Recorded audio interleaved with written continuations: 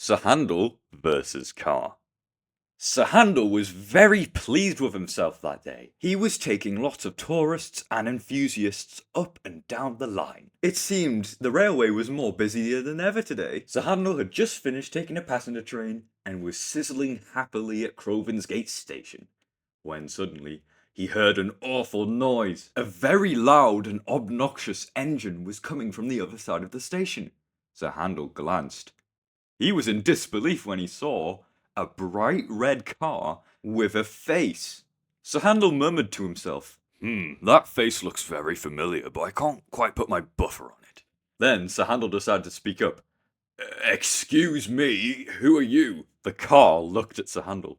Oh, hello, my name's Carr, with a double R. What a stupid name, Sir Handel murmured to himself. But pity he didn't speak quieter, because the car heard this. Oh, like you're the one to talk. Who names an engine Sir Handel? That's just a ridiculous name if you ask me. Sir Handel was standing no nonsense. Well, I'll have you know that I am the cleanest, smoothest, and fastest machine on this railway. Oh, I wouldn't say that, said Carr. I'd say I'm the fastest here. Huh, someone's in denial, barked Sir Handel. His driver pondered. Well, Sir Handel, our next train isn't for another hour. If we got the time, we could race him.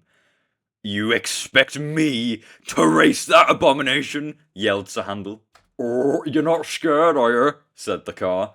Sir Handel was not having any of this. Of course I'm not scared. Fine, we'll race. Both the drivers had a conversation, and both agreed. The race was on, and lots of people came crowding round to see the two machines take off. Sir Handel's driver gave an announcement. The first one to Krosny will be named the fastest in the hills. Both of them were ready to go. Sir Handel was releasing steam, and Carr was revving his engine. Good luck, Carr, said Sir Handel. I think you're the one who needs luck, said Carr. Both of the drivers had their cameras rolling. As soon as the guard blew his whistle, the car and Sir Handel had taken off in a flash. Sir Handel was pleased with himself. He was sure that he was going to win. He was sure he was going to get to Krosny first. The car was thinking the same as well. Carr was thinking so hard about winning the race that he accidentally swerved onto the other side of the road, and Bertie was approaching fast. Bertie, beating his horn as loud as he can, managed to get the car's attention. Carr drifted as hard as he could onto the right side of the road again. Bertie was not too happy, and nor were the passengers. Meanwhile, Sir Handel was puffing as fast as he could down the line. He was approaching a siding where Skarloey was taking on water. He couldn't believe his eyes when he saw Sir Handel rocketing past him.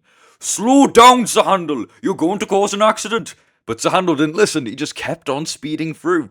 If Thomas can beat Bertie, then surely I can beat this car. The thing is that Sir Handel was much smaller than Thomas, and the car didn't have to stop at bus stops to pick up passengers.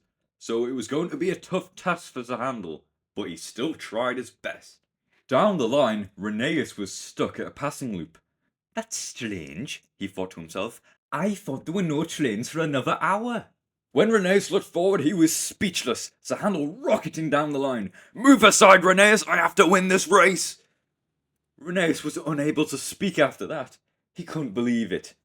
Soon they were approaching the road where Sir Handel and George had their accident many years ago.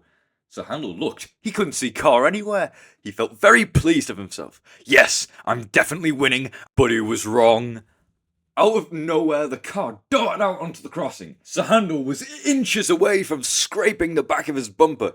Soon, they were side by side, neck and neck. Sir Handel wanted to win. His face was exploding with rage. But the car's speed was no match for Sir Handel. They were no longer neck and neck. The car slowly overtaking him.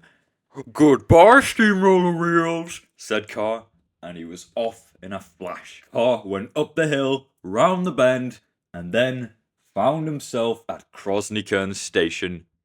He had won. Sir Handel puffed in a few minutes later, looking more angry than he had ever had in his entire life. Well, it looks like I'm the fastest in the hills now, laughed the car, looking smugly at Sir Handel. Sir Handel was so furious he couldn't even speak. He just blew steam and reversed back to Crovan's Gate. When the other engines found out about Carr and Sir Handel's race, they thought it a great joke, particularly Duncan, who found it very amusing. Well, well, well, it looks like Sir Handel doesn't have it in him anymore. But between you and me, I think Sir Handel would like to have a rematch with the car one day. Don't you?